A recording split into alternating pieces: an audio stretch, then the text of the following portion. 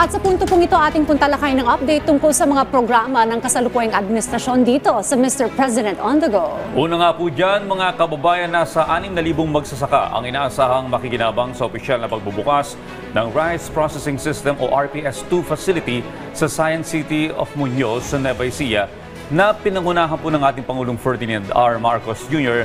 noong Hunyo at 30. Ang state-of-the-art facility ay may kakayanang magproseso sa pagpapatayo ng palay ng mga magsasaka.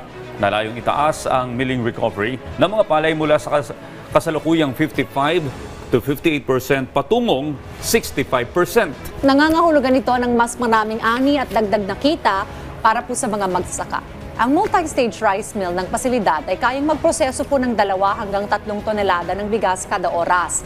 Mayroon din po itong 2 stainless steel recirculating dryers na kayang magproseso ng tig-12 tonelada ng palay kada batch, kasama po ang generator set at iba pang kagamitan.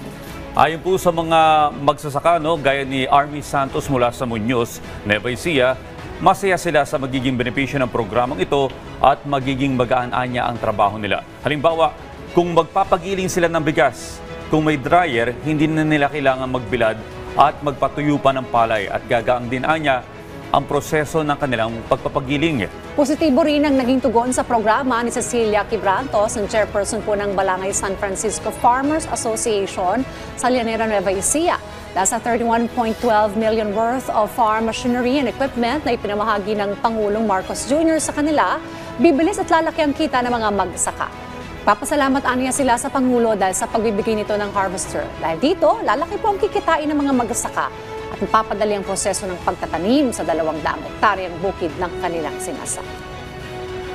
At yan po muna ang ating update ngayong umaga. Abangan ang susunod nating tatalakayin patungkol sa mga aktibidad at programa ng kasalukuyang administrasyon dito lamang sa Mr. President on the Go.